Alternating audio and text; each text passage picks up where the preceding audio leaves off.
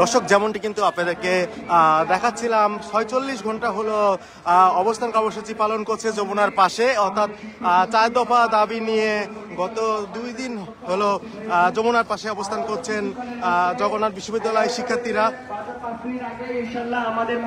যেমনটি কিন্তু আপনাদেরকে দেখানোর চেষ্টা করছিলাম,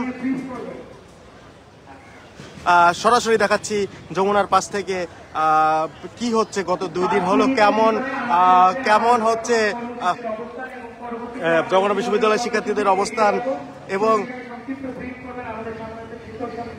কিছুক্ষণের মধ্যে জগন্নাথ বিশ্ববিদ্যালয়ে শিক্ষকরা কিছুক্ষণের মধ্যে বিপ করবেন, অর্থাৎ পরবর্তী কর্মসূচি এবং তাদের অবস্থান সম্পর্কে অবহিত করবেন, যেমনটি কিন্তু আপনাদেরকে যমুনা থেকে দেখানোর চেষ্টা করছি।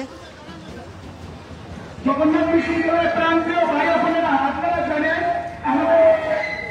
আমাদের মাঝে বর্তমান সময়ে উপস্থিত হয়েছেন জগন্নাথ বিশ্ববিদ্যালয়ের শিক্ষক সমিতির সাধারণ সম্পাদক রইসুদ্দিন স্যার। ইনশাআল্লাহ আমাদের বর্তমান পরিস্থিতি সম্পর্কে আগামী ৫ মিনিটের মধ্যে ইনশাআল্লাহ ব্রিফ করবেন শিক্ষক সমিতির সাধারণ সম্পাদক রইসুদ্দিন স্যার।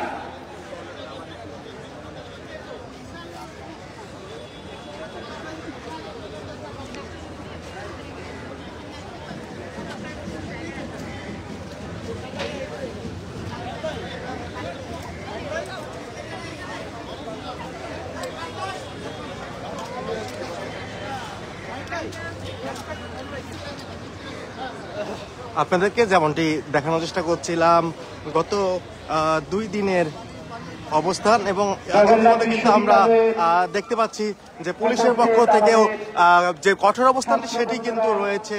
এখনো কিন্তু পুলিশের পক্ষ থেকে কঠোর অবস্থান জারি করা হয়েছে, যেমনটি কিন্তু আপনাদের সরাসরি দেখাচ্ছি।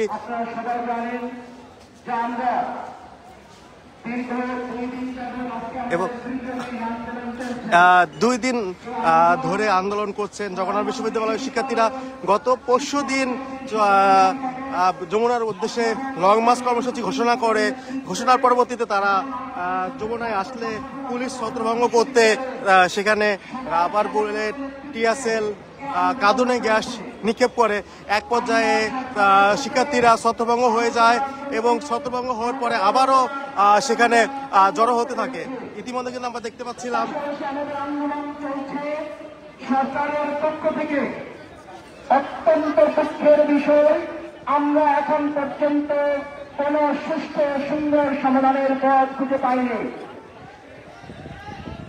জগন্নাথ বিশ্ববিদ্যালয় শুরু থেকে তাদের অধিকারের জন্য রক্ত দিতে হয়েছে এবং আজকে রক্ত দিতে হচ্ছে। আমাদের ছাত্ররা, আমাদের শিক্ষকরা রাস্তায় অবস্থান নিয়েছে, রাস্তায় ঘুমাতে হচ্ছে, রাস্তায় আমরা অবস্থান নিয়ে আছি, কিন্তু সরকারের টনক নড়ছে না। সরকার কি ভুলে গেছে যে তারা বৈষম্য বিরোধী একটি আন্দোলনের মধ্য দিয়ে ক্ষমতায় এসেছে?